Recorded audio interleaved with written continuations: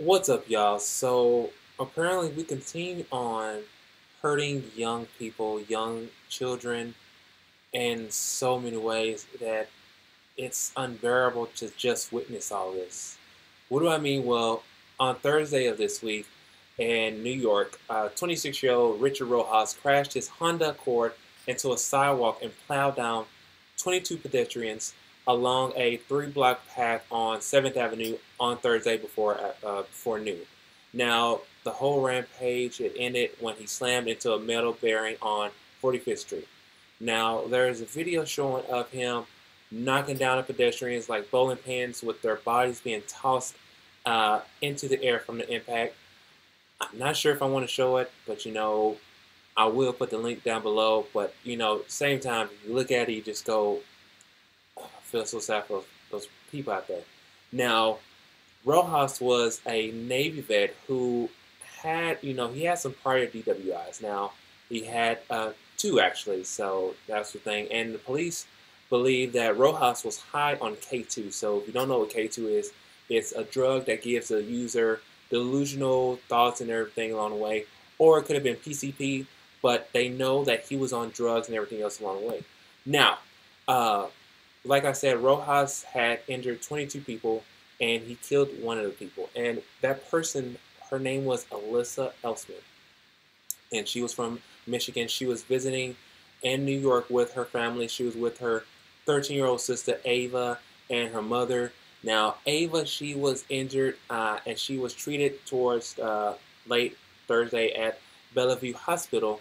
However, she didn't make it, and that's really sad. Now, Alyssa, she was only 18 years old. Again, I'm going to say she was only 18 years old when she was murdered, and she was killed by Rojas. Now, Alyssa's father, Thomas Elsman, when he found out about this, he was so mad and he was so hurt that on the following day he went to the Midtown South Station where Rojas was, and he threatened to kill him because he killed his little girl. If that happened to me, for my little cousins, or to any of the kids that I teach, I would be so mad and I would do the same thing.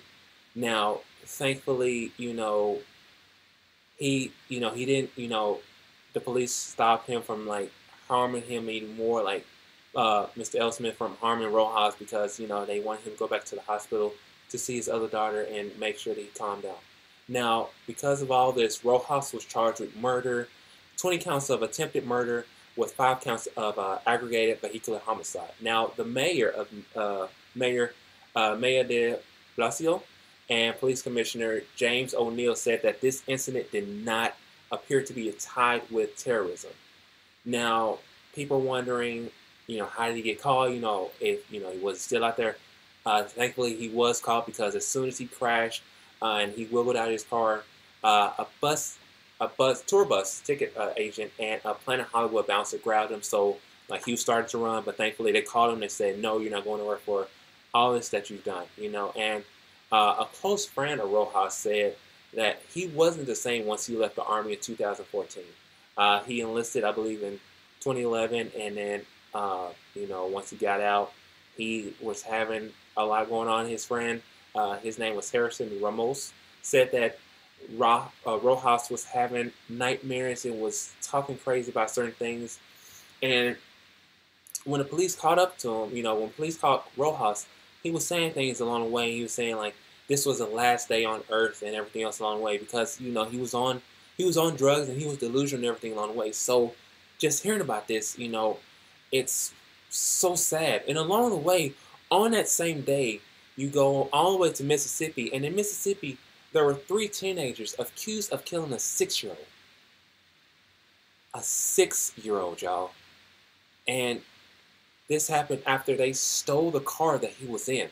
Now, the names to the teenagers who did this, their names were Byron McBride, B. Allen Washington, and Dawn Wakefield. Now, the child, his name was Kingston Frazier. Now, Kingston was left alone in a Toyota Camry in a Kroger parking lot on Thursday around 1:15 a.m. Now, the teenagers pulled up into the parking lot in a separate car, and that's what the Hines County Sheriff said and stated in his towards the press. Now, one of the boys, we don't know who it was, allegedly got into the Camry before both the vehicles left the parking lot. When Kingston's mother, Ebony Archie, found out that when she came out the store, she found out that the car was gone. She notified a sheriff's deputy that her car was stolen, and then they issued an Amber Alert saying that her child was still in the car along with way, and later on that Thursday, Kingston was found dead in the car by a passerby because that passerby noticed the car from the Amber Alert. And the three teenagers, they are now being held without bond, and they will be charged as adults with capital murder for the killing of a child during a kidnapping. Now, people, again, I say, why are we doing this to the young kids? They have a lot to live for. They've got a future waiting for them to make a difference, make a change, and yet we as adults, we want to fuck it up for them.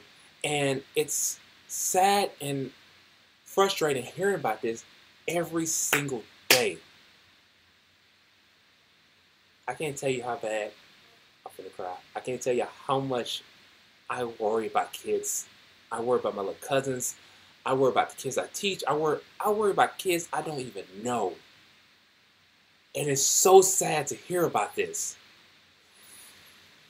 And just knowing the fact that this happened to these kids just shows that we need to wake the fuck up. And I'm sorry I cussed, but we need to do this.